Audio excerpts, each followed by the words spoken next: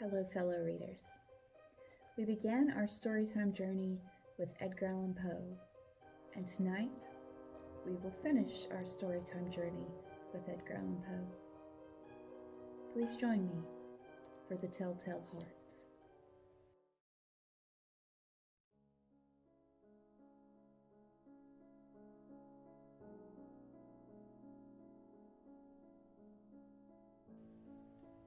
True.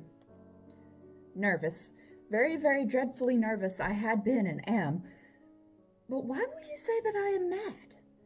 The disease had sharpened my senses, not destroyed, not dulled them. Above all was the sense of hearing acute. I heard all things in the heaven and in the earth. I heard many things in hell. How then am I mad? Hearken and observe how healthily and how calmly I can tell you the whole story. It is impossible to say how first the idea entered my brain, but once conceived, it haunted me day and night. Object there was none. Passion there was none. I loved the old man. He had never wronged me. He had never given me insult. For his gold I had no desire. I think it was his eye. Yes, it was this. One of his eyes resembled that of a vulture, a pale blue eye with a film over it. Whenever it fell upon me, my blood ran cold, and so by degrees, very gradually, I made up my mind to take the life of the old man, and thus rid myself of the eye forever. Now this is the point. You fancy me mad. Madmen know nothing, but you should have seen me. You should have seen how wisely I proceeded, with what caution, with what foresight, with what dissimulation I went to work. I was never kinder to the old man than during the whole week before I killed him. And every night, about midnight, I turned the latch of his door and opened it, oh so gently. And then, when I had made an opening sufficient for my head, I put in a dark lantern, all closed so that no light shone out. And then I thrust in my head. Oh, you would have laughed to see how cunningly I thrust it in. I moved it slowly, very, very slowly, so that I might not disturb the old man's sleep. It took me an hour to place my whole head within the opening so far that I could see him as he lay upon his bed. Would a madman have been so wise as this? And then, when my head was well in the room, I undid the lantern cautiously, oh so cautiously, for the hinges creaked. I undid it just so much that a single thin ray fell upon the vulture eye. And this I did for 7 long nights, every night just at midnight, but I found the eye always closed. And so it was impossible to do the work, for it was not the old man who vexed me, but his evil eye. And every morning when the day broke, I went boldly into the chamber and spoke courageously to him, calling him by name in a hearty tone and inquiring how he had passed the night. So you see, he would have been a very profound old man indeed to suspect that every night, just at 12, I looked in upon him while he slept. Upon the 8th night, I was more than usually cautious in opening the door. A watch's minute hand moves more quickly than mine did. Never before that night had I felt the extent of my own powers, of my sagacity. I could scarcely contain my feelings of triumph. To think that there I was, opening the door little by little, and he not even to dream of my secret deeds or thoughts. I fairly chuckled at the idea. Perhaps he heard me, for he moved on the bed suddenly as if startled. Now you may think that I drew back, but no. His room was as black as pitch with the thick darkness, for the shutters were close-fastened through fear of robbers, and so I knew that he could not see the opening of the door, and I kept pushing it on steadily. I had my head in and was about to open the lantern when my thumb slipped upon the tin fastening, and the old man sprang up in the bed, crying out, "Who's there?" I kept quite still and said nothing. For a whole hour I did not move a muscle, and in the meantime I did not hear him lie down. He was still sitting up in the bed listening, just as I have done night after night, hearkening to the death watches in the wall. Presently I heard a slight groan, and I knew it was the groan of mortal terror. It was not a groan of pain or of grief. Oh, no. It was the low, stifled sound that arises from the bottom of the soul when overcharged with awe. I knew the sound well. Many a night, just at midnight, when all the world slept, it has welled up from my own bosom, deepening with its dreadful echo the terrors that distract me. I say I knew it well. I knew what the old man felt, and I pitied him, although I chuckled at heart. I knew that he had been lying awake ever since the first slight noise when he had turned in the bed. His fears had been ever since growing upon him. He had been trying to fancy them causeless, but could not. He had been saying to himself, "It is nothing but the wind in the chimney. It is only a mouse crossing the floor, or it is merely a cricket which has made a single chirp." Yes, he had been trying to comfort himself with these suppositions, but he had found all of it in vain. All in vain, because death, in approaching him, had stalked with his black shadow before him and enveloped the victim.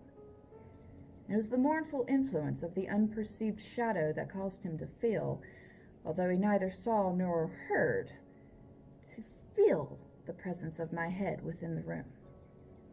When I had waited a long time, very patiently, without hearing him lie down, I resolved to open a very, very little crevice in the lantern. So I opened it. You cannot imagine how stealthily, until at length a single dim ray, like the thread of the spider, shot from out of the crevice and fell upon his vulture eye. It was open, wide open, and I grew furious as I gazed upon it. I saw it with perfect distinctness, all a dull blue, with a hideous veil over it that chilled the very marrow in my bones. But I could see nothing else of the old man's face or person, for I had directed the ray, as if by instinct, precisely upon that damned spot. And now have I not told you that what you mistake for madness is but over-acuteness of the senses? Now, I say, there came to my ears a low, dull, quick sound, such as a watch makes when enveloped in cotton. I knew that sound well, too. It was the beating of the old man's heart. It increased my fury as the beating of a drum stimulates the soldier into courage. But even yet, I refrained and kept still. I scarcely breathed. I held the lantern motionless. I tried how steadily I could maintain the ray upon the eye. Meantime, the hellish tattoo of the heart increased. It grew quicker and louder every instant. The old man's terror must have been extreme. It grew louder, I say, louder every moment. Do you mark me well? I have told you that I am nervous. So I am.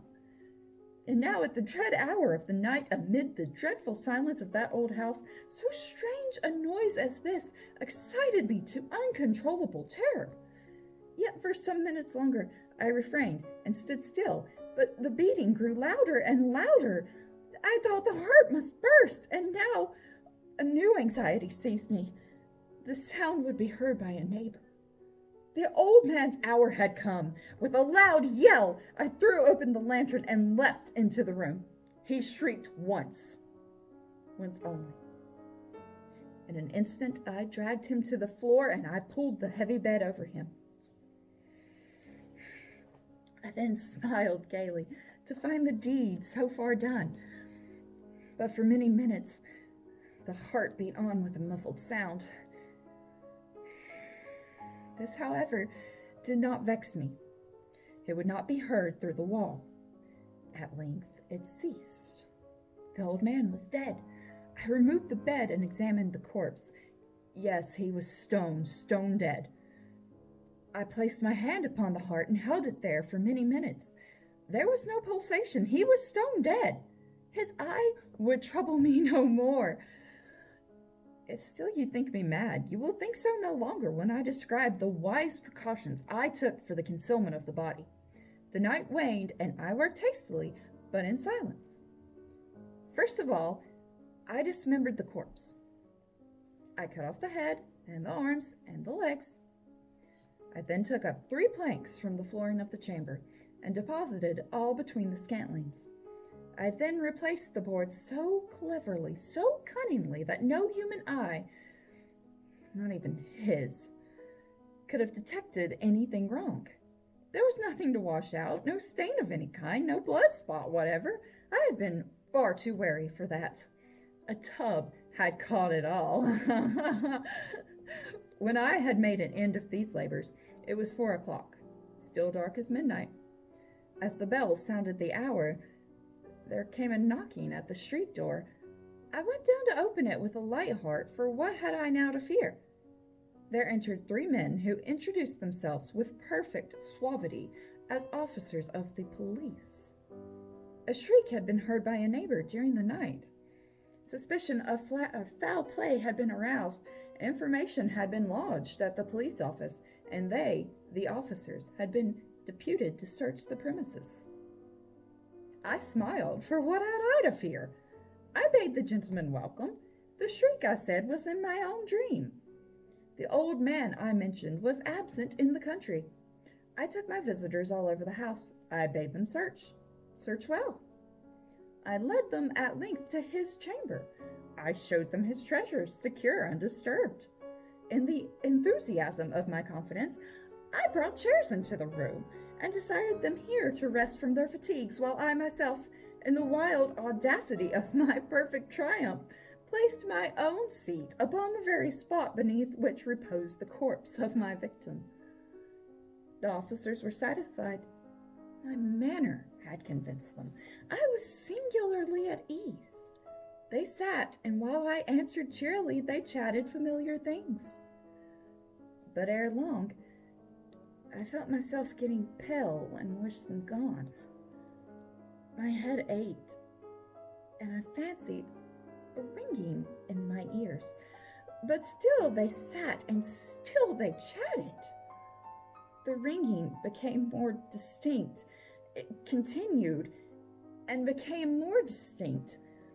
I talked more freely to get rid of the feeling, but it continued and gained definitiveness until at length I found that the noise was not within my ears.